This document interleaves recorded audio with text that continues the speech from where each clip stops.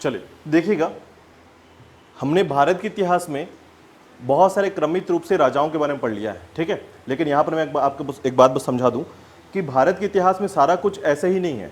भारत के इतिहास जो है जब अपने आप को जोड़ता है, ठीक है, तो कहीं कहीं बहुत सारे ऐसे जगह है जहाँ पर प्रचुर मात्रा में या फिर एक कॉमन तरीके से हमें जो साक्ष्य नहीं मिल पाते हैं, एविडेंस नहीं मिल पाते हैं, जिसके कारण हमको अपने इतिहास की जानकारी नहीं मिल पाती है, ठीक है। भारत के इतिहास के क्रम पर सबसे जब हम लोग किसी भी चीज़ को जोड़ते हैं या किसी भी घटनाओं को साथ में लेकर आते हैं तो उन घटनाओं के बीच में कहीं ना कहीं गैप हो जाता है, ठीक है। और उन गैप को समझने के लिए हम कहीं ना कहीं इतिहासकारों के मतों को समझते हैं, ठीक है। और उन्हीं इतिहासकारों के मतों को जब हम लेकर आगे चलते हैं तो हमें भारत इतिहास जुड़ता हुआ नजर आता है, ठीक है। तो समझिएगा कि बताइए, कुछ बोल रहे हैं क्या?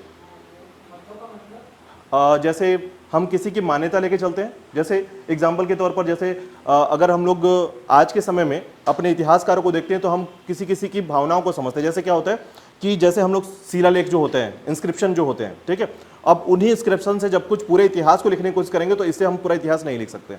तो किसी व्यक्ति के द्वारा, ठीक है, कोई प्रोफेसर हैं या फिर कोई ऐसे इतिहासकार हैं, ठीक है, या आर्कियोलॉजिस्ट हैं, तो उनके द्वारा कुछ बातें कही हुई होती हैं तो हम उसे मान लेते हैं, ठीक है। तो ऐसे कॉन्सेप्ट्स जो कि दूसरे व्यक्तियों के अनुसार, ठीक है, दूसरे व्यक्तियों के अनुसार या उनके अकॉर्डिंग जब हम लोग वैल्यू को ले लेते हैं तो हम इसे कहते हैं इतिहासकारों का मत, ठीक है, अकॉर्डिंग।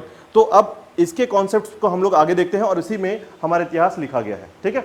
तो अस्सी राजवंशों में, ठीक है, तो ये जो फॉरेन आक्रमण है, फॉरेन के तरीके से जब आक्रमण होता है, फॉरेन की तरफ से आता है, तो ये याद रखिएगा कि इसमें सबसे पहले आते हैं हिंद यवन, हिंद यवन, इसके बाद आते हैं शक, ठीक है, जिनको सीथियन कहा जाता है, याद रखिएगा, शक या सीथियन, ठीक है।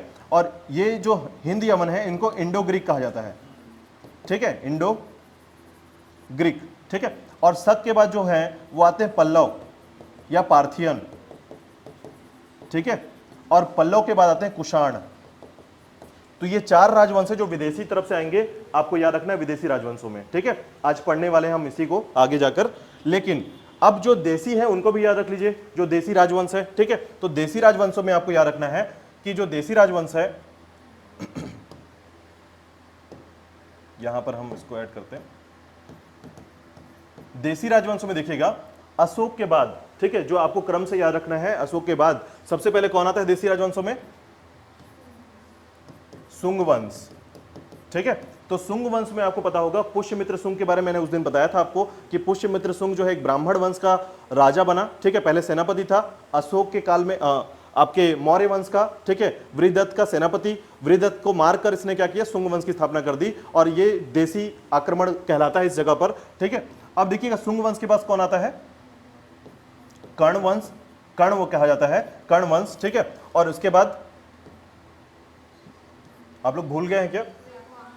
हाँ, यहां पर याद रखिएगा सातवाहन वंश, और सातवाहन वंश के बाद वाकाटक वंश। हालांकि छोटे छोटे राजवंश भी है, चेदी वंश है, ठीक है, वो आप छोटे छोटे राजवंशों को अलग से पढ़ लेंगे, लेकिन मुख्य रूप से उनके क्षेत्र में ये जो चार राजवंश है वो यही है, याद रखिएगा। पहला सुंग वंश, कर्ण वंश, सातवाहन वंश और वाकाटक वंश, ठीक है। तो यहां पर देखिएगा सुंग वंश, कर्ण वंश और सातवाहन वंश के क्रम से ये देसी राजवंश है और ये विदेशी राजवंश है, ठीक है। इनमें आज हम पढ़ने जा रहे हैं वाकाटक वंश को, और उसके बाद स्टार्ट करूंगा मैं विदेशी आक्रमण, ठीक है। कॉन्सेप्ट यहां तक याद रखिएगा। इतने बड़े वीडियो को देखने के बाद आपको इतिहास जहां तक आपने पढ़ा है एक बार चीजें रिवाइज हो जाएंगी, ठीक है। तो एक बार जो है आपका रिवाइज हो चुका है, स्टार्ट करेंगे वाकाटक वंश के लिए, ठीक है। चलिए स्टार्ट करते हैं वाकाटक वंश को। तो देखिएगा सबसे पहले समझिएगा वाकाटक वंश का जो क्षेत्र है वो कहां पर है। तो आपको याद होगा, देखिए आप यहां से एक पास देख पा रहे होंगे कि जो वाकाटक वंश है ये सातवाहन वंश के आसपास का ही क्षेत्र पूरा का पूरा कवर करके रखे हुए हैं, दिख रहा है ये वाला क्षेत्र, ठीक है। तो ये सातवाहन वंश का राजधानी क्या था पहले? प्रतिष्ठान, ठीक है। महाराष्ट्र का प्रतिष्ठान या पैठन जो है ये कैपिटल था किसका? सातवाहन वंश का, ठीक है। तो जो सातवाहन डायनेस्टी थी उसका जो राजधानी था वो प्रतिष्ठान था, और बाद में ये आंध्र की तरफ चले जाते हैं, आंध्र प्रदेश की तरफ, इसीलिए इनका नाम है आंध्र सातवाहन, ठीक है। लेकिन आंध्र सातवाहन में एक बात याद रखिएगा कि जब आंध्र सातवाहन की कमजोरी बढ़ती है, कहने का मतलब है कि जैसे ही शकों के द्वारा आक्रमण बढ़ता है और साथ ही साथ जो आंध्र सातवाहन है तो इनके क्षेत्र में, यहां पर आपको याद होगा कि ये जो क्षेत्र है इसे विंध्य पर्वत क्षेत्र कहते हैं, ठीक है। भारत में विंध्य पर्वत क्षेत्र का हिस्सा याद रख लीजिएगा थोड़ा सा, क्योंकि सातवाहन और प्लस वाकाटक वंश के लिए दोनों इंपॉर्टेंट क्षेत्र है ये, ठीक है। तो विंध्य क्षेत्र को याद रखिएगा। और देखिए दक्षिण में जो आपकी कृष्णा नदी और साथ ही साथ कावेरी नदी, इनके बीच में, ठीक है, इन दोनों के बीच में आपका सातवाहन वंश और वाकाटक वंश का क्षेत्र रहा है। कहां से कहां तक? विंध्य पर्वत से कावेरी नदी तक का क्षेत्र, ठीक है, याद रखिएगा। अब यहां पर आते हैं, देखिएगा तो सातवाहन के पतन तथा चालुक्यों के उदय के बीच दक्कन में सबसे शक्तिशाली राजवंश वाकाटकों का था, ठीक है। तो समझिएगा ये जो दक्कन का क्षेत्र, अच्छा दक्कन क्या होता है समझिएगा, भारत के भूगोल में, ठीक है, ज्योग्राफी में जो आपका महाराष्ट्र का क्षेत्र है, उसका जो क्षेत्र है उसको दक्कन कहा जाता है, याद रखिएगा, ठीक है। दक्कन का पठार आपने सुना होगा, दक्कन का पठार, ठीक है। तो महाराष्ट्र का जो क्षेत्र है इसे दक्कन का पठार कहा जाता है, दक्कन का क्षेत्र कहा जाता है। तो इसका विस्तार जो है आंध्र प्रदेश तक, तेलंगाना के कुछ क्षेत्रों तक इसका विस्तार है। तो याद रखिएगा दक्कन का जो क्षेत्र है यह महाराष्ट्र के क्षेत्र के अंतर्गत आता है, ठीक है। अब देखिएगा यहां समझिएगा कि उदय के, ठीक है, यानी कि सातवाहन का जब पतन होता है या सातवाहन समाप्त होते हैं और चालुक्यों का उदय होता है, ठीक है। इसके बाद आप इस क्षेत्र में चालुक्यों को पढ़ेंगे। ये जो दक्षिण का क्षेत्र है यहां पर चालुक्यों का क्षेत्र आ जाएगा, ठीक है। तो इनके बीच में समझिए, ये कहने का मतलब ये है कि 8 और 10 के बीच में क्या आता है? 9। ये कुछ इस तरीके का है। तो उसी प्रकार सातवाहन और चालुक्यों के मध्य जो होता है वो है वाकाटक, ठीक है। सातवाहन का पतन हो रहा है और चालुक्यों का उदय हो रहा है, लेकिन इसके बीच में वाकाटक राजवंश जो है ये फलता फूलता है, ठीक है। अब देखिएगा तो इसका जो क्षेत्र है ये उत्तरी महाराष्ट्र या विदर्भ का क्षेत्र है, ठीक है। यानी इसकी जो राजधानी क्षेत्र है ये महाराष्ट्र और आपके विदर्भ, थोड़ा सा याद रख लीजिएगा, महाराष्ट्र का ही एरिया है, विदर्भ कहलाता है, ठीक है। आगे जाकर बरार, विदर्भ ऐसे कुछ नाम को पढ़ने वाले हैं आप। तो नागपुर से लेकर देखिएगा ये महाराष्ट्र का उत्तरी जो क्षेत्र है उसे विदर्भ कहा जाता है, ठीक है। तो नाम याद रखिएगा। देखिए आपको कुछ नाम मैं आपको बता दूं कि यदि आगे चलकर ऐसे नाम केवल खाली तौर पर मिलेंगे, ऐसा आपको नाम मिलेगा नहीं कि महाराष्ट्र लिखा हुआ है, आपको ये नाम मिलेगा कि विदर्भ में इसकी राजधानी थी। तो आपको फोकस कर लेना है कि ये महाराष्ट्र के क्षेत्र में है, ठीक है। तो ऐसे कुछ क्षेत्र ऐसे खाली नाम से मिलेंगे, आपको याद रखना है विदर्भ कहां पर है, ठीक है। बरार और विदर्भ याद रखिएगा महाराष्ट्र के क्षेत्र में है, ठीक है। तो देखिएगा इसके संस्थापक कहलाते हैं विंध्य शक्ति, ठीक है। और याद रखिएगा ये पुराणों के अनुसार है, ठीक है। विंध्य शक्ति याद रखिएगा, विंध्य शक्ति जो है ये सबसे पहला संस्थापक है किसका? वाकाटक वंश का। और जैसे मैंने आपको बताया था कि हमेशा इतिहास का पहला क्वेश्चन यही होता है कि पहला क्वेश्चन आपके दिमाग में रखिएगा कि जो भी व्यक्ति जिस वंश को संस्थापक होता है, ठीक है, इसको एस्टेब्लिश किसने किया है? विंध्य शक्ति ने, ठीक है। तो पुराणों के अनुसार जिस व्यक्ति ने इसे एस्टेब्लिश किया है या फिर वाकाटक वंश को लाया है वो है आपका विंध्य शक्ति। तो इसको याद रख लेना, आपका पहला क्वेश्चन यहां पर बनता है कि आप जो है इस बात को याद रखें कि सबसे पहला क्वेश्चन वाकाटक वंश में कि विंध्य शक्ति जो है ये संस्थापक था किसका? वाकाटक वंश का, ठीक है। इसकी राजधानी कहां थी?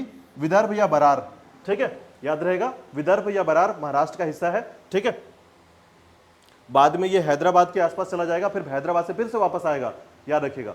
यानी बरार जो है बेसिकली पहले हैदराबाद का हिस्सा होगा, ठीक है, उसके बाद फिर आपके छत्तीसगढ़ से जुड़ जाएगा, फिर उसके बाद महाराष्ट्र को मिल जाएगा। तो ऐसे इसका क्षेत्र जो है बार बार अलग अलग राज्यों को दिया जाता है, ठीक है। ये कॉन्सेप्ट समझिएगा। ऐसा होता है कि हैदराबाद जो है निजामुद्दीन, जो हैदराबाद के निजाम हैं, ठीक है, आपने उनका नाम सुना होगा या फिर आगे जब इतिहास में पढ़ेंगे आप आधुनिक भारत में, तो इनसे क्या होता है कि जब बंगाल का विभाजन किया जाता है 1905 में, ठीक है, तो 1905 से पहले जो है क्या किया जाता है कि हैदराबाद के बरार क्षेत्र को, ठीक है, उसको 1 रुपये प्रति वर्ष के, 1 रुपये के प्रति वर्ष के मासिक वार्षिक शुल्क पर ये महाराष्ट्र को रखा जाता है, महाराष्ट्र में लिया जाता है, ठीक है, कि वहां से जो भी उपज होगा उसका 1 रुपये निजाम को दे दिया जाएगा, ठीक है। और उसके बाद क्या होता है कि जैसे ही, चूंकि आपको पता होगा कि महाराष्ट्र और छत्तीसगढ़ दोनों एक ही राज्य थे पहले, ठीक है, एक राज्य होने का मतलब यह है कि यहाँ पर 3 राज्यों को मिलाकर एक राज्य बनाया गया था, आपका महाराष्ट्र, दूसरा आपका छत्तीसगढ़ और तीसरा आपका मध्य प्रदेश, ठीक है। हालांकि उड़ीसा भी इससे जुड़ा हुआ था पहले, लेकिन उड़ीसा को नहीं माना जाता कि उड़ीसा हमारा राज्य था, लेकिन पहले जो है ये चारों राज्य आपस में जुड़े हुए थे, ठीक है। उड़ीसा का जो है आपको कौन सा क्षेत्र पता है, आपको याद है? संबलपुर, ठीक है। तो संबलपुर जो है पहले छत्तीसगढ़ का ही हिस्सा था, या फिर आप ऐसे कह सकते हैं कि संबलपुर जो है छत्तीसगढ़ के ही हिस्से में आता था, ठीक है, और मध्य प्रदेश भी जुड़ा हुआ था और साथ ही साथ महाराष्ट्र का बरार जुड़ा हुआ था, ठीक है। आगे इस कहानी को मैं आगे बताऊंगा, लेकिन फिलहाल अभी यहां पर याद रखिएगा कि महाराष्ट्र का विदर्भ जो है ये वाकाटक वंश की राजधानी थी, ठीक है। यहां तक याद रहेगा। आपको हर राजा के संस्थापक यानी कि वंश का संस्थापक याद रखना है और साथ ही साथ याद रखना है वहां की राजधानी कौन सी थी, ठीक है। जैसे सातवाहन का प्रतिष्ठान है ठीक है। उसी प्रकार हर किसी का आपको राजधानी याद रखना है, बहुत जरूरी है, क्योंकि एक तरफ लिखा रहेगा संस्थापक या वंश का नाम और एक तरफ लिखेगा राजधानी, उनको सुमेलित करने का क्वेश्चन पूछा जाता है। ठीक है, तो क्वेश्चन में ये मॉडरेट क्वेश्चन है। मॉडरेट क्वेश्चन मतलब ना ज्यादा टफ होता है ये और ना ही इजी है, याद नहीं होगा, नहीं बनने वाला है। ठीक है, तो इसीलिए जितने भी राजवंश पढ़ते चले जा रहे हैं सभी की राजधानी याद रखिएगा। ठीक है, संस्थापक प्लस राजधानी। ठीक है, ठीक है, चलिए आगे देखिएगा। इसमें अब देखिएगा इसके शासन काल में कौन कौन से शासक हुए हैं। ठीक है, तो सबसे पहले याद रखिएगा इसमें किनका नाम जो है सबसे ज्यादा पूछा जाता है, आपको थोड़ा सा याद रखना है। इसमें आपको याद रखना है, इसमें शासन काल में विंध्य शक्ति सबसे प्रमुख राजा संस्थापक, दूसरे नंबर पे आते हैं प्रवर सेन प्रथम, ठीक है, रुद्रसेन, पृथ्वी सेन, रुद्रसेन द्वितीय, प्रवर सेन और नरेंद्र सेन। इसमें ये प्रमुख राजा हैं, मतलब ऐसे किंग जो सबसे ज्यादा इंपॉर्टेंट है। ठीक है, हालांकि और भी किंग हुए हैं इसमें, लेकिन इनका काम या कार्यकाल जो है बहुत इंपॉर्टेंट नहीं रहा है, इसलिए इनमें उन राजाओं का नाम रखा गया है जो सबसे इंपॉर्टेंट है। ठीक है, याद रखिएगा। तो देखिएगा विंध्य शक्ति जो है संस्थापक रहे हैं प्रवरसेन प्रथम, रुद्रसेन प्रथम, पृथ्वीसेन। तो ये कुछ ऐसे नाम हैं जो केवल यही पूछ लिया जाता है। देखिए सरल क्वेश्चन यहां पर कैसे बनता है, इजी क्वेश्चन क्या बनता है, तो पूछा जाता है कि निम्न में से कौन सा शासक वाकाटक वंश से संबंधित है या नहीं है। ठीक है, और इनमें से नाम पूछ लिया जाएगा, किसी भी वंश का नाम दे दिया जाएगा। आपके दिमाग में अगर ये राजाओं का नाम है, थोड़ा सा भी नाम है प्रवरसेन, रुद्रसेन, क्योंकि ऐसे बहुत सारे नाम मिलेंगे आपको जो कि और भी अन्य वंश में मिलेंगे। ठीक है, तो ऐसे आपको याद रखना है कि ये सारे वंश जो है इंपॉर्टेंट है। ठीक है, चलिए आगे देखिएगा। यहां पर एक बात देखिएगा, आपको थोड़ा सा वाकाटक वंश का जो क्षेत्र है वो थोड़ा समझना होगा। ठीक है, ये गुप्त साम्राज्य का 4वीं शताब्दी का अंत का समय है। ठीक है, गुप्त साम्राज्य आगे जाकर पढ़ेंगे आप, लेकिन यहां पर समझिएगा कि ये जो क्षेत्र है उसमें ये आपको दिख रहा होगा वाकाटक वंश। ठीक है, तो इसके स्तर पर दिखेगा आपको ये ब्लैक लाइन दिख रहा है आपको इस तरीके से, ये वाला जो क्षेत्र है ना, ये क्षेत्र है आपका वाकाटक वंश का। ठीक है, तो ये जो वाकाटक वंश का क्षेत्र है ये पूरा महाराष्ट्र है, और महाराष्ट्र का ये जो क्षेत्र से बोलते हैं विदर्भ। ठीक है, तो ये वाकाटक वंश जो है बेसिकली समझिएगा कि अगर हम लोग देसी राजवंशों की बात करेंगे तो ये वाकाटक वंश जो है यहाँ पर देसी राजवंशों में अंतिम शासक के तौर पर जाने जाते हैं। ठीक है, और उसके बाद फिर यहाँ पर नीचे की तरफ जो है आपके चालुक्य वंश जो है धीरे धीरे इस क्षेत्र को जीतते चले जाएंगे और चालुक्य वंश जो है स्थापित हो जाएंगे। वेंगी के चालुक्य, ठीक है, और यहाँ पर चालुक्य जो है ये धीरे धीरे वाकाटक वंश के बाद आ जाते हैं। ठीक है, तो आगे जाकर हम पढ़ेंगे चालुक्य वंश के बारे में, लेकिन इससे पहले विदेशी आक्रमण को पढ़ेंगे, जो हम लोग के पास विदेशी आक्रमण होता है। ठीक है, तो यहां पर समझिएगा कि वाकाटक वंश के बारे में क्रम क्या है। ठीक है, यहां तक कॉन्सेप्ट क्लियर है थोड़ा सा कि वाकाटक वंश कहां से आया है। तो सातवाहन वंश के कमजोर होने के बाद याद रखिएगा विंध्य शक्ति ने सातवाहन वंश के अंतिम शासक को मारकर वाकाटक वंश की स्थापना कर दी है। ठीक है, याद रखिएगा। ठीक है, चलिए यहां पर देखिएगा वाकाटक वंश में सबसे पहला शासक जो है वो है विंध्य शक्ति 255 से 275 ईस्वी, यानी ये 3री शताब्दी का समय बताया जा रहा है। ठीक है, तो थर्ड इरा या 3री शताब्दी का जो इरा है इसके बारे में बताया जा रहा है, 3री शताब्दी का है। ठीक है, इसने सबसे पहले मालवा पर अपनी शक्ति स्थापित की थी, यानी एमपी का जो मालवा क्षेत्र है उसमें सबसे ज्यादा, मैंने बताया था विंध्य वाला जो क्षेत्र है, यानी भारत का मैप बनाएंगे आप तो विंध्य पर्वत का या विंध्याचल पर्वत की बात जब की जाती है तो ये जो है मालवा का क्षेत्र यहीं पर होता है। ये जो क्षेत्र है विंध्य पर्वत का क्षेत्र ऐसा है और उसमें ये मालवा का क्षेत्र हो गया। ठीक है, बाद में विंध्य के पार सातवाहनों के प्रदेश पर अधिकार किया। ठीक है, यानी इसके बाद जो है धीरे धीरे सातवाहन जो क्षेत्र था, ठीक है, दक्षिण के क्षेत्र में उस पर अधिकार कर लिया। वाकाटकों ने ब्राह्मणों को अत्यधिक भूमि अनुदान में दिए और इस अनुदान की प्रमाण जो है याद रखिएगा जारी किए ताम्रपत्रों के द्वारा। ठीक है, तो जो कॉपर प्लेट होते थे, कॉपर इंस्क्रिप्शन होते थे, उसमें इन्होंने जानकारी को लिखा है। ठीक है, देखिए हमारे यहाँ जो राजा हुए हैं ना, शुरुआती समय के राजा, समझिएगा एक बात को कि प्राचीन भारत में जो राजा हुए हैं पहले, उन्होंने क्षेत्र विस्तार का काम किया है सबसे ज्यादा।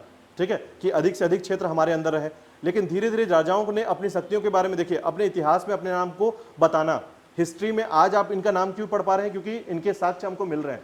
जिनके साक्ष्य नहीं मिल रहे हैं वो उनके बारे में कोई जानकारी नहीं मिलती है। तो अब देखिए इसमें होता क्या है, इनके द्वारा जो है 4 प्रमुख काम किए जाते थे। ठीक है, पहला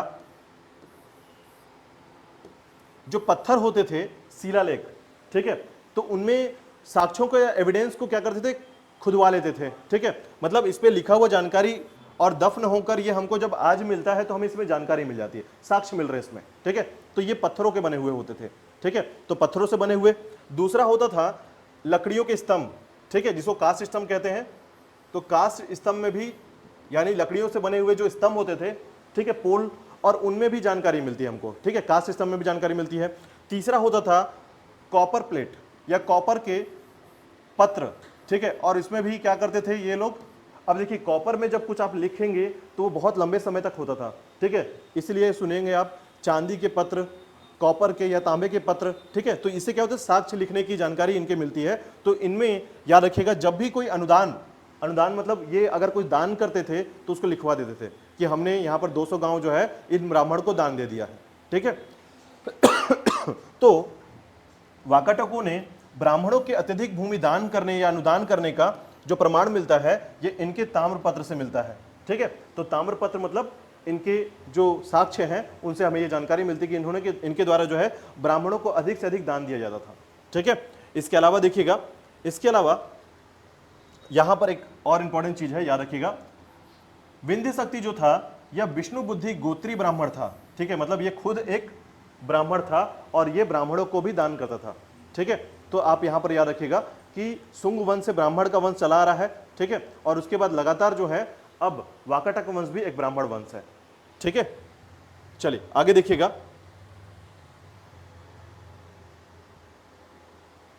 अब देखिएगा, वे ब्राह्मण धर्म के पक्षधर थे, ठीक है, इन्होंने अनेक वैदिक यज्ञ कराए। सांस्कृतिक दृष्टि से इन्हें वैदिक धर्म को दक्षिण भारत की ओर बढ़ाने का श्रेय दिया जाता है और इनकी तुलना इंद्र और विष्णु से की गई है, ठीक है।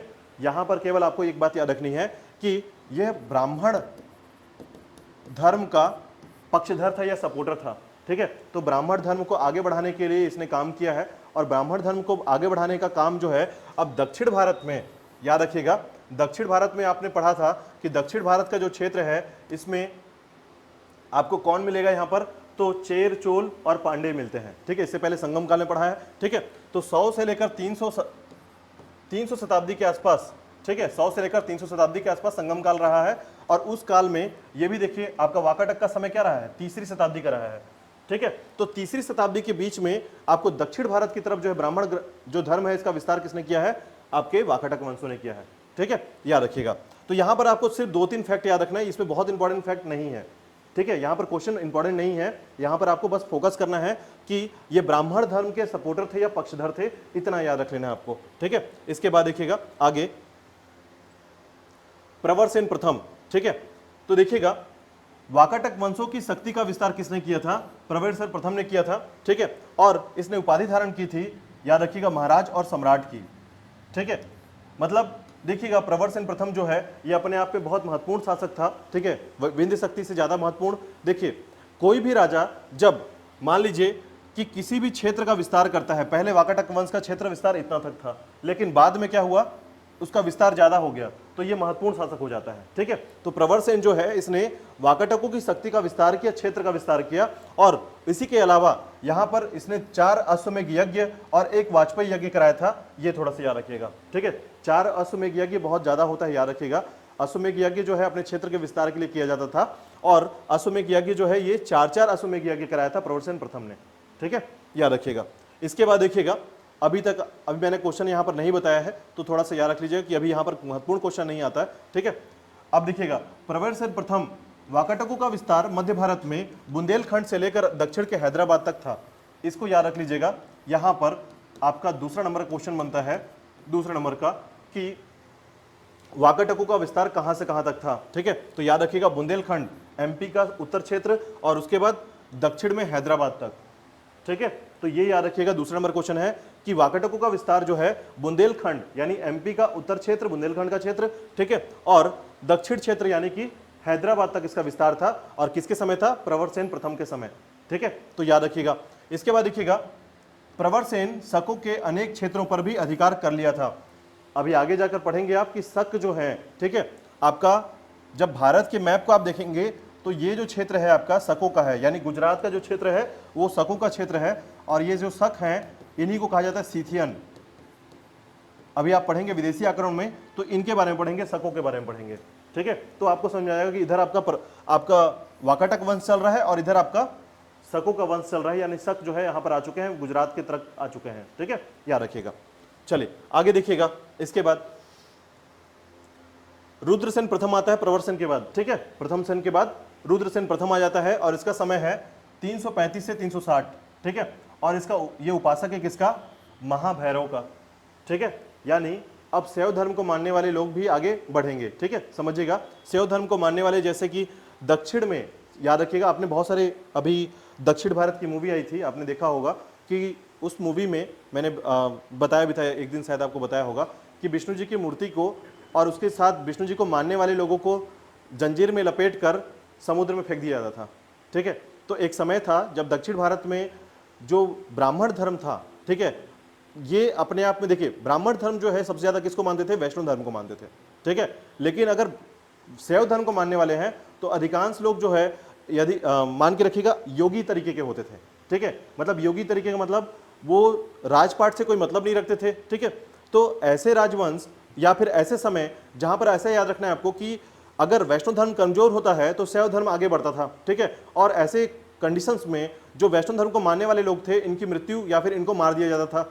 अब देखिए यहां पर हालांकि दोनों के दोनों धर्म जो है हिंदू धर्म के साथ हैं, लेकिन इन दोनों में उपासक के पावर को देखते हुए वैष्णव धर्म या विष्णु जी को मानने वाले जितने लोग थे इनको मार दिया जा रहा था, ठीक है। तो आगे चलकर आपको ऐसा समझ में आएगा कि धर्मों के साथ कितनी बड़ी विडंबना चलती थी कि एक धर्म जो है दूसरे धर्म को पसंद नहीं करता था यहाँ पर, ठीक है। तो ऐसे कंडीशंस में आगे देखिएगा कि अब है यहाँ पर कि महाभैरव के उपासक के तौर पर डेवलप होते हैं कौन, रुद्रसेन प्रथम, ठीक है। इनके गुप्तों से मैत्रीपूर्ण संबंध स्थापित किया और समुद्रगुप्त ने इसके राज्य को छोड़ दिया, ठीक है। आगे जब आप पढ़ेंगे रुद्रसेन प्रथम के बारे में तो आपको पता होगा। अभी जैसे ही आप इधर पढ़ेंगे उत्तर की तरफ गुप्त वंश है, ठीक है, गुप्त वंश आपके दिमाग में अब चलना चाहिए क्योंकि सबसे बड़ा राजवंश अगर देखा जाए मौर्योत्तर काल में, ठीक है, मौर्य का पूरा काल खत्म हो गया। अशोक के समय मैंने बताया कि सबसे ज्यादा राज्य का विजय किसने किया था, अशोक ने किया था या विस्तार किया था। इधर आप जब गुप्त वंश को पढ़ेंगे तो गुप्त वंश जो है ये भारत का स्वर्ण काल कहलाता है, ठीक है। ये बात याद रखिएगा कि सबसे महत्वपूर्ण काल, ठीक है, भारत के संदर्भ पर अगर अशोक का रहा है उसके बाद गुप्त वंश ही मिलेगा। इसके बीच में सब छोटे छोटे राजवंश हैं, ठीक है, इतने छोटे हैं कि इनका क्षेत्र भी छोटा छोटा क्षेत्र है और यही कारण है कि मौर्योत्तर काल के नाम से जाना जाता है ये पूरे राजवंशों को, ठीक है। मौर्योत्तर काल इसीलिए कहते हैं क्योंकि मौर्य के समय जितना राज्य का विस्तार था उसके बाद किसी भी राजा ने इतने बड़े राज्य का विस्तार नहीं कर पाया, ठीक है। और यही कारण है कि इनके पर्टिकुलर नाम से न जान करके उसको मौर्योत्तर काल के नाम से जाना गया है, ठीक है। कहने का मतलब ये समझिएगा कि यदि कोई शासक है जिसने 300 एकड़ का जमीन ले लिया है, ठीक है, 3000 एकड़ कर लेते हैं, शासक है 3000 एकड़ की जमीन इसके पास है, ठीक है, और इसके पुत्र हमेशा से आगे बढ़े और इनके पास केवल 1000 एकड़ की जमीन ही बची है, तो इसके पुत्र को कोई नहीं जानेगा, सिर्फ शासक का नाम जानेंगे क्योंकि इसके पास अधिक क्षेत्र है, ठीक है। उसी प्रकार अगर मान लीजिए इसके पुत्र जो हैं 30,000 एकड़ तक जमीन ले लेते हैं तो अब इसके पुत्र को सब लोग जानेंगे, शासक को कोई नहीं जानेगा। इसी तरीके की बातें यहां पर कही जा रही हैं कि मौर्य वंश में, ठीक है, मौर्य वंश में जितना राज्य का विस्तार हो गया था मौर्योत्तर काल में इतना राज्य विस्तार नहीं हो पाया, ठीक है। चलिए आगे देखिएगा। तो यहां पर याद रखिएगा कि गुप्त वंश में एक व्यक्ति है जिनका नाम है समुद्रगुप्त। याद रखिएगा, बहुत इंपॉर्टेंट है क्योंकि छत्तीसगढ़ के में भी इसका नाम आता है। आप जब छत्तीसगढ़ पढ़ेंगे, छत्तीसगढ़ में आप एक जिला पढ़ेंगे जिसका नाम है महासमुंद, ठीक है, जिला तो जानते ही महासमुंद को। तो समुद्रगुप्त का नाम या महासमुंद का नाम इसी समुद्रगुप्त के नाम पर रखा गया है, ऐसा कहा जाता है, ठीक है। क्यों रखा गया है? क्योंकि छत्तीसगढ़ का क्षेत्र जो था, यानी जब छत्तीसगढ़ को आप पढ़ते हैं तो छत्तीसगढ़ को कहा जाता है दक्षिणापथ, और इससे पहले आपने पढ़ा सातवाहन वंश जो है इस समय इस क्षेत्र का सातवाहन वंश ने ही नाम रखा था दक्षिणापथ, ठीक है। अगर दक्षिण में आपको जाना है तो ये इसी मार्ग छत्तीसगढ़ से होकर जाना पड़ता था, इसलिए इसका नाम रखा गया था दक्षिणापथ, ठीक है। तो समुद्रगुप्त ने एक अभियान चालू किया था जिसे कहा जाता है दक्षिणापथ अभियान, याद रखिएगा, ठीक है। और इसने भारत को उत्तर से लेकर दक्षिण तक जीत लिया था। इसके जीतने की अपनी परिकल्पना थी, ठीक है। परिकल्पना कहने का मतलब है ये पहले जीतता था, राजा को हराता था और राजा को फिर हराने के बाद उसका राज्य लौटा देता था, ठीक है, और लौटाने के बाद वो हमेशा के लिए उसका गुलाम बन जाता था। तो इसी तरीके में ये मारता नहीं था किसी को, ठीक है। तो याद रखिएगा, इसी कारण से देखिए इसने गुप्तों के मैत्रीपूर्ण संबंध स्थापित किया जिससे समुद्रगुप्त ने उसके राज्य को छोड़ दिया, इससे लड़ाई नहीं की थी, ठीक है। सोचिए पूरा सबसे ज्यादा पावरफुल था समुद्रगुप्त के बारे में आप पढ़ेंगे, जब आप गुप्त वंश पढ़ेंगे तो सबसे ज्यादा पावरफुल राजा आपको समुद्रगुप्त मिलेगा, ठीक है। और उसके नियम भी अलग ही थे, मतलब उसका नियम ही ऐसा था, कुछ एथिक्स थे उसके, उसी एथिक्स में ही काम करता था। ठीक है, अब उसके साक्ष्य का नाम याद रख लीजिएगा, उसे कहा जाता है प्रयाग प्रशस्ति। ठीक है, प्रयाग क्या है? इलाहाबाद, नाम बदल दिया गया, प्रयाग किया गया है। तो उसका नाम पहले भी प्रयाग था, याद रखिएगा, इलाहाबाद बाद में हुआ, फिर प्रयाग कर दिया गया, यानी पुराने नाम को लौटा दिया गया है। ठीक है, तो अब देखिए प्रयाग प्रशस्ति का मतलब होता है कि हरिसेन, हरिसेन का नाम याद रखिएगा यहां पर कि समुद्रगुप्त का राज दरबारी था हरिसेन। ठीक है, तो हरिसेन ने क्या किया था कि अपने राजा के द्वारा जितने भी क्षेत्र जीते गए थे उसको सभी को लिखता था वो, कि मेरे राजा ने, मेरे स्वामी ने ये जीत लिया, मेरे स्वामी ने इसको हरा दिया, ऐसा कर दिया, वैसा कर दिया, उसका पूरा का पूरा जानकारी लिखता था। तो वो कहाँ लिखता था? प्रयाग प्रशस्ति में। तो आपको पूरी जानकारी प्रयाग प्रशस्ति में मिलती है, किसके बारे में? समुद्रगुप्त के बारे में। ठीक है, तो उसी प्रयाग प्रशस्ति में लिखा गया है कि रुद्रसेन जो था, रुद्रसेन प्रथम जो था, ये गुप्त वंशों से मैत्रीपूर्ण संबंध स्थापित किया था इसने। ठीक है, मित्रता कर ली थी, जिसके कारण समुद्रगुप्त ने इसके राज्य पर आक्रमण नहीं किया था। ठीक है, चलिए आगे देखिएगा, समुद्रगुप्त के प्रयाग प्रशस्ति में दक्षिण के जिन राज्यों का उल्लेख हुआ है उस सूची में वाकाटकों का नाम नहीं है। बात समझ में आ गई अभी पूरी कहानी? ठीक है, चलिए अब देखिएगा, रुद्रसेन प्रथम के बाद आता है पृथ्वीसेन प्रथम। ठीक है, अब देखिएगा, इसका काल शांति एवं समृद्धि का काल कहलाता है। वाकाटकों के लेख में इसका आचरण युधिष्ठिर के समान माना जाता है। युधिष्ठिर को तो जानते ही आप, महाभारत में युधिष्ठिर जो है। ठीक है, तो युधिष्ठिर जो है, जिस तरीके का एक प्रतापी और शांत स्वभाव का व्यक्ति जिनके बारे में हम पढ़ते हैं या जानकारी हमें जो मिलती है, तो हम धर्मराज भी कहते हैं उसको। क्यों? क्योंकि अन्याय करना, ठीक है, और न्याय देना, अन्याय नहीं करना और न्याय देने की जो परिकल्पना युधिष्ठिर के संबंध में की जाती है, ये सबसे महत्वपूर्ण है। तो उसी प्रकार पृथ्वीसेन प्रथम के बारे में जो जानकारी मिलती है वो इसी लक्ष्य पे मिलती है कि ये युधिष्ठिर के समान जो है शासन करता था। ठीक है, तो अब देखिएगा, पृथ्वीसेन प्रथम, ठीक है, और रुद्रसेन द्वितीय, यहां पर याद रखिएगा पृथ्वीसेन प्रथम का जो पुत्र है, ठीक है, रुद्रसेन द्वितीय, याद रखिएगा, ये आपको कहानी पूरा आगे का आगे याद रखना है, क्योंकि इसकी कहानी छत्तीसगढ़ के इतिहास से भी जुड़ जाती है। ठीक है, मैंने बताया अभी छत्तीसगढ़ के इतिहास से जुड़ेगा ये, लेकिन आपको भारत के इतिहास से जोड़कर याद रखना है थोड़ा सा भी। तो याद रखिएगा, पृथ्वीसेन प्रथम का पुत्र कौन है? रुद्रसेन द्वितीय है। ठीक है, अब रुद्रसेन द्वितीय जो है, इसका विवाह कर दिया जाता है किससे? तो गुप्त सम्राट के चंद्रगुप्त द्वितीय के, इसका नाम है चंद्रगुप्त द्वितीय, जिसे उपाधि मिली है विक्रमादित्य की। ठीक है, और विक्रमादित्य की पुत्री है प्रभावती गुप्त, याद रखिएगा। चूंकि इसका काम, इसका इंपॉर्टेंस क्यों है? क्योंकि इंपॉर्टेंस इसलिए है कि एक समय बाद इसकी मृत्यु हो जाती है बहुत शॉर्ट टर्म में। ठीक है, अल्प आयु में इसकी मृत्यु हो जाती है। मृत्यु होने के बाद देखिएगा, वाकाटक वंश जो है, ठीक है, वाकाटक वंश जो है ये अब प्रभावती गुप्त के हाथ में आ जाता है। ठीक है, और प्रभावती गुप्त के हाथ में जब आ जाता है तो समझिएगा कि प्रभावती गुप्त जो है अब इसमें शासन करेगी। ठीक है, और इसी शासन को चलाने के लिए गुप्त सम्राट ने क्या किया था, यानी अब ये उनके पिताजी हैं। ठीक है, तो इन्होंने कुछ व्यक्तियों को यहां भेज दिया था, गुप्त व्यक्तियों को। ठीक है, गुप्त मतलब गुप्त साम्राज्य के व्यक्तियों को, ताकि ये अच्छे ढंग से वाकाटक वंश जो है ये वंश को चला सके। ठीक है, मतलब इस राजपाट को चला सके। और यहीं पर समझिएगा कि गुप्त वंश का एक अधिकार जो है वाकाटक वंश की तरफ आ जाता है। ठीक है, मतलब एक बात समझ पा रहे हैं आप लोग यहां पर कि वाकाटक का जो माइंड सेटअप है, ठीक है, यानी कि अब उस पर कौन अधिकार कर लिया है? गुप्त वंश ने अधिकार कर लिया है। कारण क्या है कि अब गुप्त वंश जो है जैसा बोलेगा वैसा इनको चलना पड़ेगा। ठीक है, बात समझ में आ गई? तो यहां पर थोड़ा सा याद रखिएगा कि पृथ्वीसेन प्रथम का पुत्र कौन है?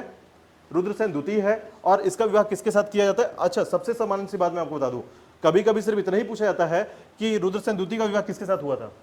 ठीक है, तो ये तीसरा क्वेश्चन याद रख लीजिएगा आप यहां पर, ये तीसरा इंपॉर्टेंट क्वेश्चन है यहां पर का। ठीक है, कि प्रभावती गुप्त का विवाह किसके साथ हुआ था?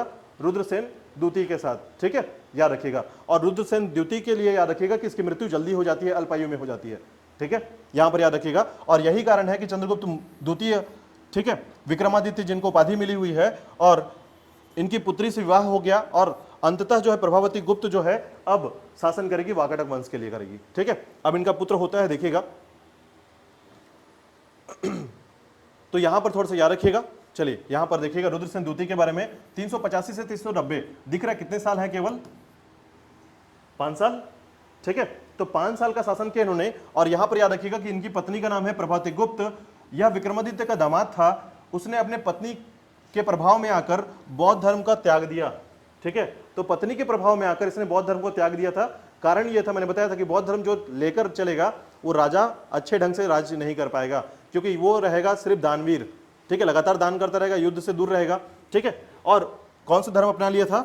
वैष्णव धर्म अपना लिया था। अब तलवार उठाएगा और उसके बाद आगे लड़ाई करना चालू करता है, ठीक है। तो देखिएगा, लेकिन दुर्भाग्यवश शासक बनने के कुछ ही समय बाद रुद्रसेन की अकाल मृत्यु हो गई थी, ठीक है। तो यहां पर याद रखिएगा, वाकाटक वंश में यही आपको सबसे ज्यादा याद रखने वाला पॉइंट है यहां पर, ठीक है।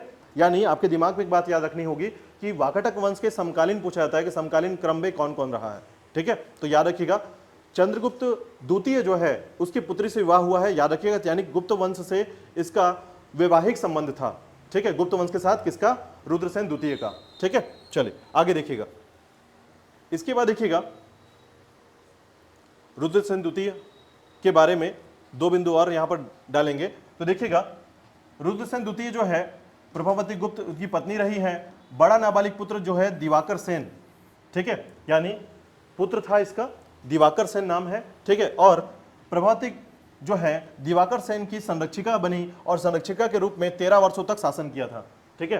तो ये इंपॉर्टेंट है, याद रखिएगा। प्रभावती गुप्त के संबंध में बस आपको यहां पर याद रखना है कि तीसरा जो मैंने इंपॉर्टेंट क्वेश्चन बताया है वो यहां पर कहानी का है बस टोटल, ठीक है। तो प्रभावती गुप्त जो है ये 13 साल तक क्या रही? संरक्षिका। संरक्षिका किससे कहते हैं? तो याद रखिएगा, जैसे एग्जाम्पल के तौर पर कि पुत्र या जो राजा है, हमेशा एक बात याद रखिएगा, राजा का बेटा राजा बनेगा, ठीक है। यहां पर महिलाओं को राजा बनने का संबंध कोई जानकारी नहीं मिलेगा, ठीक है। तो यहां पर चूंकि राजा जो है अभी हमारा वो क्या है? नाबालिग है। तो नाबालिग है तो इसकी जो माता रहेगी वो अब इस पर राजा के तौर पर काम करेगी, ठीक है।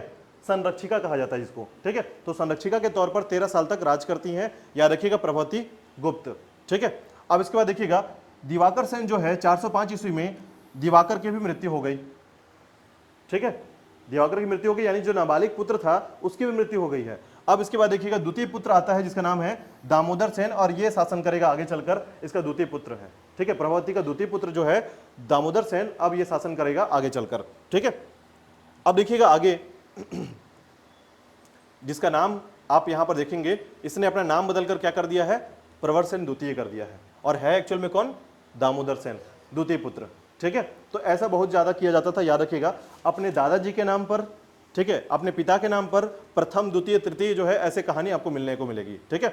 यानी आज के समय आपको बहुत सारे नाम मिलते हैं, यानी एक ही घर में स से आप विभिन्न प्रकार के नाम ढूंढ सकते हैं, लेकिन पहले ऐसा नहीं हुआ करता था। हमेशा उनके वर्चस्व को स्थापित करने, देखिए एग्जाम्पल के तौर पर समझिएगा, अगर प्रवर सेन बहुत इंपॉर्टेंट है, मतलब इसकी जो वैल्यू है प्रजा में बहुत इंपॉर्टेंट है, ठीक है, तो इसका जो बेटा होगा या पौत्र जो होगा, पोता जो होगा, वो बोलेगा कि मैं प्रवर सेन द्वितीय हूं, ठीक है। भले इसका घर का नाम कुछ और है, कुछ भी नाम रख दीजिए, चंटू बंटू, ठीक है, लेकिन ये जो है राजा के तौर पर ये अपने दादाजी का नाम लेकर चलेगा, तो इससे क्या होगा? प्रजा जो है खुश हो जाती थी, यानी प्रजा जो है इस बात को उतनी ही वैल्यू देती थी कि ये हमारे युवराज हैं, ठीक है। तो इसी तरीके से नाम इसीलिए बार बार लगातार चलता आता है, और प्रथम द्वितीय तृतीय जो है ये क्रमिक चलता रहता है, ठीक है। चलिए आगे देखिएगा, तो इसका मूल नाम दामोदर सेन है। यह वाकाटक वंश की मूल शाखा के अंतिम शक्तिशाली शासक बना था, ठीक है। तो इस तरीके से वाकाटक वंश भी बहुत छोटे क्रमबद्ध में रूप से समाप्ति की कगार पर आ जाता है, ठीक है।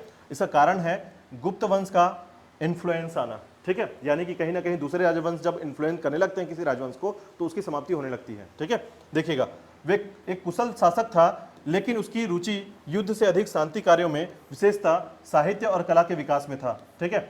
और इसने सेतुबंध नामक काव्य ग्रंथ की रचना की थी। आज का चौथा क्वेश्चन याद रखिएगा, सेतुबंध की रचना, ये चौथा क्वेश्चन है आज का, ठीक है, कि सेतुबंध नामक ग्रंथ की रचना किसने की थी? तो याद रखिएगा प्रवर सेन द्वितीय, और ब्रैकेट में लिखिएगा दामोदर सेन, ठीक है। तो याद रखना होगा आपको कि वाकाटक वंश में सेतुबंध जैसे नामक ग्रंथ की रचना की गई थी, ठीक है, जो कि प्रवर सेन द्वितीय या दामोदर सेन ने की थी, ठीक है, याद रखिएगा। सेतुबंध, आगे चले, देखिएगा, इसके बाद आता है उसने अपनी नई राजधानी बनाई परवरपुर, याद रखिएगा, नंदीवर्धन, ये भी महाराष्ट्र का क्षेत्र है, नंदीवर्धन क्षेत्र, ठीक है। अब देखिएगा, यहीं पर एक जो घटना घटी है उसको थोड़ा सा याद रखिएगा। प्रवर सेन द्वितीय जो है, ठीक है, कभी कभी पूछा जाता है कालिदास किसके दरबार में आए थे, ठीक है। तो कालिदास के बारे में आपको जानकारी होगा कि गुप्त वंश में, ठीक है, जो जैसे सभी लोगों में क्या है, 9 रत्न होते हैं। कुछ राजवंश है जिन्होंने अपने टीम में 9 रत्न रखे हैं, किसी ने 8 रत्न रखे हैं, ठीक है। तो उसी प्रकार कालिदास दास भी जो थे ये 9 रत्न के साथ काम करते थे, ठीक है। तो कालिदास जो है, इन्होंने याद रखिएगा अब यहाँ पर थोड़ा सा पढ़ लीजिए, फिर यहाँ पर थोड़ा सा आपको क्लियर हो जाएगा। तो देखिएगा, उसने नई राजधानी बनाई प्रवरपुर, नंदीवर्धन क्षेत्र, ठीक है। अपने पुत्र नरेंद्र सेन का विवाह कुंदल राजकुमारी अजित भट्टारिका के साथ किया था, ठीक है। अजित भट्टारिका कुंदल राजकुमारी थी, नरेंद्र सेन, ठीक है, प्रवर सेन द्वितीय ने किया था अपने पुत्र का विवाह, ठीक है। अब यहां पर याद रखिएगा, कालिदास ने कुछ समय तक प्रवर सेन द्वितीय की राज्यसभा में निवास किया था, ठीक है। तो शिक्षा किसे दिया गया है? कालिदास के द्वारा दिया गया है। तो याद रखिएगा, कालिदास किसके राज दरबार में आया था? तो प्रवर सेन द्वितीय के राज दरबार में आया था। याद रखिएगा, किसको पढ़ाने के लिए या किसको शिक्षा देने के लिए? तो नरेंद्र सेन के लिए आया हुआ था यहाँ पर, ठीक है। तो यहां पर याद रखिएगा आपकी थोड़ा सा प्रवर सेन द्वितीय जो कि दामोदर सेन है, इसके राज दरबार में कालिदास आया था। यही इंपॉर्टेंट है, आज का 5वां क्वेश्चन यहां पर बनता है। ये आपका 5वां क्वेश्चन होगा आज का, आपको यहां पर 5वां फोकस रखना है, ठीक है। कालिदास को किसने भेजा था? तो विक्रमादित्य ने भेजा था। याद रखिए, गुप्त साम्राज्य का, उस तरफ गुप्त साम्राज्य है, कनेक्शन तो है ही, ठीक है। तो कालिदास जो है वो गुप्त साम्राज्य का है, लेकिन यहां पर आता है प्रवर सेन के दरबार में आता है और कुछ समय रहता है यहां पर, ठीक है। तो कालिदास जो कि भारत का शेक्सपियर कहलाता है, बहुत महत्वपूर्ण व्यक्ति, साहित्य के मामले में या ग्रंथों के मामले में बहुत जानकारी इसको थी, अपना अनुभव शेयर करने के लिए इसको रखा जाता है कहां पर? प्रवर सेन द्वितीय के दरबार में, ठीक है। तो याद रखिए, कालिदास के संबंध में एक क्वेश्चन यहां बनता है, 5वां क्वेश्चन है वाकाटक वंश के लिए, ठीक है। इसके बाद देखिएगा, अब इस तरीके से प्रवर सेन के पश्चात वाकाटकों की शक्ति का पतन हुआ, ठीक है। प्रवर सेन जब जैसे ही द्वितीय जो है ये समाप्त होता है, उसके बाद वाकाटक की शक्ति जो है कम होने लगती है, ठीक है। और यहां पर याद रखिएगा, नल राजा भवदत्त वर्मन, ठीक है, नल राजा जो है भवदत्त वर्मन ने इस पर आक्रमण कर दिया था और इसको हरा दिया था, ठीक है। और यहां पर जो है थोड़ा सा छत्तीसगढ़ के भी क्रम पर इसको आपको सुनने को मिलेगा कि वाकाटक वंश और नल, इन दोनों के बीच में ऐसे लड़ाई होती रहेगी परमानेंट, 2-2 3 दिन बाद लड़ाई लड़ते रहेंगे ये, ठीक है। और लड़ते लड़ते खत्म हो जाएंगे, ठीक है। तो याद रखिएगा, भवदत्त वर्मन ने क्या किया था? आक्रमण किया था। आरंभिक चरण में हार और अंतिम चरण में जीत मिल गई थी उसको, ठीक है। इसलिए मैंने ऐसे बताया कि पहले बार लड़ेंगे हार जाएंगे, दूसरी बार लड़ेंगे जीत जाएंगे। तो कोई एक पहले जीतेगा, फिर दूसरा हार जाएगा और दूसरे क्षेत्र को पूरा समाप्त कर देगा, ठीक है। और ये लड़ते कैसे थे मैं आपको बताता हूं। जैसे ये लड़ाई करते हैं तो एक दूसरे की राजधानी को आग लगा देते थे, ठीक है। मतलब एक जीतेगा, मान लीजिए ए जीत रहा है और बी हार रहा है, तो बी के राजधानी को पूरा समाप्त कर देंगे, इतना जला देंगे पूरी तरीके से कि इसको बनाने में फिर 10 साल लगेगा, ठीक है। तो ये ऐसे नुकसान पहुंचाते थे किसी को, मतलब लोगों को प्रॉपर मारते नहीं थे, ये सिर्फ जगह को खराब कर देते थे ताकि आप बनाते रहो। फिर उसके बाद अब उसका बेटा उठेगा, अब इसका बेटा उठेगा, ए के बेटे को की राजधानी को उड़ा देगा। तो ऐसे लड़ते थे, ये फैमिली लड़ाई चलती थी। आपने देखा साउथ मूवी में ऐसे करते हैं, बेटा जो है बदला लेगा, ठीक है। तो ये बहुत ज्यादा मतलब इस तरीके के रंजिश निकालते थे। नल राजा और वाकाटक वंश आपस में इसी तरीके से लड़ते रहेंगे, ठीक है। नरेंद्र सेन और भवदत्त वर्मा, इस तरीके से लड़ाई चलती रहेगी इनकी, ठीक है। और अंततः जो है भवदत्त वर्मा जो है ये जीत जाता है, अंतिम रूप से इसको जीत मिल जाती है, ठीक है। तो नल शासक को हरा दिया जाता है अंतिम तौर पर, ठीक है। चलिए आगे देखिएगा। अब इसके बाद आता है पृथ्वी सेन। अब देखिएगा इसमें फिर से पृथ्वी सेन द्वितीय जो है, यहां पर याद रखिएगा, प्रवर सेन और प्रवर सेन के बाद नरेंद्र सेन और नरेंद्र सेन के बाद आ गया आपका पृथ्वी सेन द्वितीय, ठीक है। अब यहां पर देखिएगा, हालांकि इसके बीच में कुछ राजा जो है अभी स्किप किए हमने, यानी कि अगर आप सामान्य तौर पर पढ़ेंगे तो बहुत सारे राजाओं का नाम आपको पढ़ना पड़ेगा, लेकिन ऐसे राजाओं को हमने स्किप कर दिया जिसका समय काल बहुत छोटा रहा है या फिर उसने किसी भी तरीके का इंपॉर्टेंट काम नहीं किया है, उसके महत्वपूर्ण जो तथ्य हैं वो नहीं आते हैं, इसलिए हमने उसको स्किप किया हुआ है, ठीक है। तो देखिएगा, इनका जो संघर्ष हुआ था, नलों और त्रिकुटों से संघर्ष किया गया, ठीक है। यानी भवदत्त वर्मा,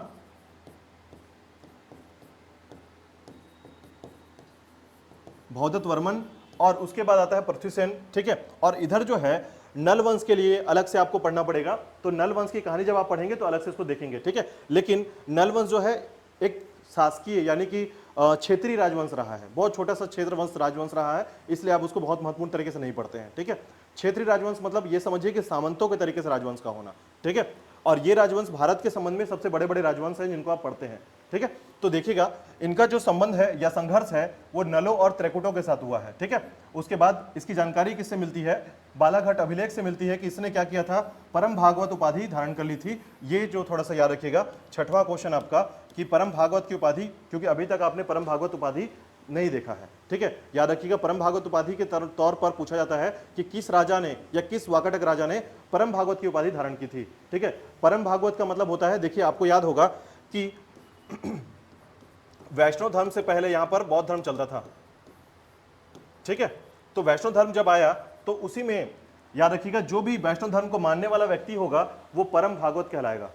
ठीक है, परम भागवत जो वैष्णव धर्म को बहुत इंपॉर्टेंट तरीके से मानता है। ठीक है, तो इसने उपाधि धारण की थी। बालाघाट अभिलेख से इसकी जानकारी मिल पाती है, बालाघाट अभिलेख से मिलती जानकारी। ठीक है, याद रखिएगा। अब इसके बाद देखिएगा, अब थोड़ा सा अंतिम कुछ बिंदु है उसको थोड़ा सा याद रखिएगा जो फैक्ट है, और इसमें आपको 8 और 9 क्वेश्चन मिलेंगे, यानी कि 6-7 क्वेश्चन तो आपने ऊपर देख लिया है, इसमें 8वां और 9वां क्वेश्चन आपको ज्यादातर मिलेगा क्योंकि यहीं पर सबसे ज्यादा टॉपिक पूछे जाते हैं। वाकाटक वंश का कुछ योगदान है, देखिएगा राजा सर्वसेन हर विजय नामक प्राकृत काव्य लिखा है इसने। सबसे पहला जो क्वेश्चन, ये क्वेश्चन आ चुका है व्यापम में, याद रखिएगा व्यापम के संबंध में क्वेश्चन पूछा गया है। ठीक है, हर विजय नामक प्राकृत काव्य लिखा है इसने, प्राकृत भाषा में काव्य लिखा है किसने? राजा सर्वसेन ने लिखा है। ठीक है, दूसरा याद रखिएगा संस्कृत के विदर्भ शैली का पूर्ण रूप से विकास हुआ इनके समय में, यानी विदर्भ क्षेत्र में संस्कृत का विकास। ठीक है, आपको एक बात याद रखनी है कि संस्कृत के विकास से पहले, ठीक है, यानी कि आप याद रखेंगे पाली और प्राकृत भाषा का बहुत ज्यादा वैल्यू था। ठीक है, और संस्कृत धीरे धीरे विलुप्त हो रहा था, लेकिन वापस पुनः जो है इनके आने के कारण, वाकाटक वंश के कारण क्या हुआ, संस्कृत फिर से वापस आने लगा था। ठीक है, तो विदर्भ क्षेत्र में संस्कृत का जो विकास हुआ है ये वाकाटक वंश के कारण हुआ है। ठीक है, इसके बाद देखिएगा ये ब्राह्मण धर्मावलंबी थे। अजंता के 16 और 17 विहार एवं 19 गुफा के चैत्य का निर्माण इन्होंने कराया था। ठीक है, तो इसको याद रखिएगा कि अजंता के 16, 17 और 19 गुफा के चैत्य का निर्माण कराया था। तो अजंता एलोरा का नाम आपने सुना होगा, वहां पर 3 धर्मों की बारी जानकारी मिलती है। एक आपका हिंदू धर्म, आप सनातन धर्म कह सकते हैं, बौद्ध धर्म और जैन धर्म। पूछा जाता है कि अजंता एलोरा की गुफा किन धर्मों से संबंधित है, तो याद रखिएगा तीनों धर्म संबंधित है। ठीक है, वो पूछता कैसे है, ये ऑप्शन रहेगा पहला 1, 2, 3 ऑप्शन दे दिया, चौथा ऑप्शन होगा उपरोक्त सभी। तो लोग ये सोचते हैं कि इन तीनों में से एक ही होगा, तीनों कैसे हो सकता है। ठीक है, लेकिन ये तीनों है अजंता एलोरा की गुफा में, ये तीनों धर्म की जानकारी मिलती है, तीनों धर्म से संबंधित है। क्योंकि देखिएगा जनरली जो है हिंदू और बौद्ध धर्म तो बिल्कुल जानकारी मिलती है। ठीक है, यानी सनातन धर्म की जानकारी बिल्कुल मिलती है यहाँ पर। ठीक है, शंकर जी की मंदिर यहाँ पर है, स्थापित है। ठीक है, और साथ ही साथ बौद्ध धर्म के लिए तो याद रखिएगा बिहार और गुफा यानी चैत्य जो है इन्हीं के लिए है, लेकिन कुछ गुफाएं ऐसी हैं जो जैन धर्म से संबंधित है यहाँ पर। ठीक है, तो ऐसे आप याद रखिएगा कि जो अजंता एलोरा की गुफाएं हैं ये तीनों धर्म से संबंधित हैं। ठीक है, तो ये आपका एक क्वेश्चन बनकर आता है जो कि आप इसको 8वां नंबर देंगे इसको आज के क्लास के लिए। ठीक है, चलिए आगे देखिएगा, थोड़ा सा और कुछ बिंदु है।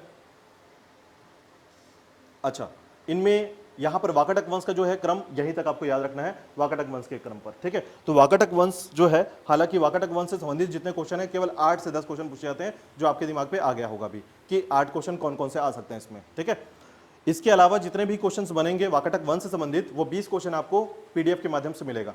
ठीक है, कि 20 क्वेश्चन और कौन कौन से आ सकते हैं इससे, तो आपको मैं 2 बातें बताता हूं इसमें। ठीक है, यदि आप इतिहास को देखते हैं कुछ इस तरीके का कि इतिहास आपसे याद नहीं होता है, इतिहास आपसे याद नहीं होता है, तो आपको करना है एमसीक्यू। ठीक है, आपको एमसीक्यू करना है और साथ ही साथ एमसीक्यू के साथ साथ पीवाईक्यू भी करना है। ठीक है, एमसीक्यू जो हम देंगे यहां पर 100 क्वेश्चंस का, ठीक है, और पीवाईक्यू जो प्रीवियस ईयर क्वेश्चन पेपर होगा, ठीक है, उसको भी देखना है कि हाँ किस तरह के क्वेश्चंस आते हैं इसमें। यकीन मानिए इतिहास को दोबारा पढ़ने की जरूरत नहीं पड़ेगी आपको। ठीक है, 3 रोटेशन इतिहास के लिए रखना ही पड़ेगा। एक पहला वीडियो के माध्यम से पढ़ लें या फिर क्लास में आके पढ़ लिए, दूसरा एमसीक्यू कर लिया और तीसरा पीवाईक्यू कर लिए। इतिहास के टॉपिक क्लियर हो जाएंगे, जो भी क्वेश्चन हट के क्वेश्चन आता है नहीं है यहाँ पर। ठीक है, जितना आपको बता दिया गया है। हाँ, थोड़े लॉजिकल क्वेश्चन कभी कभी पूछ लिए जाते हैं कि आपको अंदर से कितनी जानकारी है, ठीक है, तो जाकर आप फंसते हैं वहां पर, तो याद रखिएगा। इसीलिए मैंने पहले से ही देखिए यहां से वाकाटक वंश से समुद्रगुप्त का कनेक्शन मैंने आपको बताया, यही कनेक्शन क्वेश्चन में पूछे जाते हैं कि लॉजिक क्या है। ठीक है, क्यों समुद्रगुप्त ने वाकाटक वंश के क्षेत्र को छोड़ दिया या उसके अभिलेख से या प्रयाग प्रशस्ति से वाकाटक वंश की जानकारी नहीं मिलती है, जबकि उसने तो पूरा दक्षिण पथ जीत लिया था। ठीक है, तो वाकाटक तो बीच में आता है आपका, इस क्षेत्र में आता है, फिर उसने उसके क्षेत्र का नाम क्यों नहीं लिखा, तो इसका कारण है कि मित्रतापूर्ण संबंध होने के कारण वाकाटक वंश को छोड़ दिया गया था।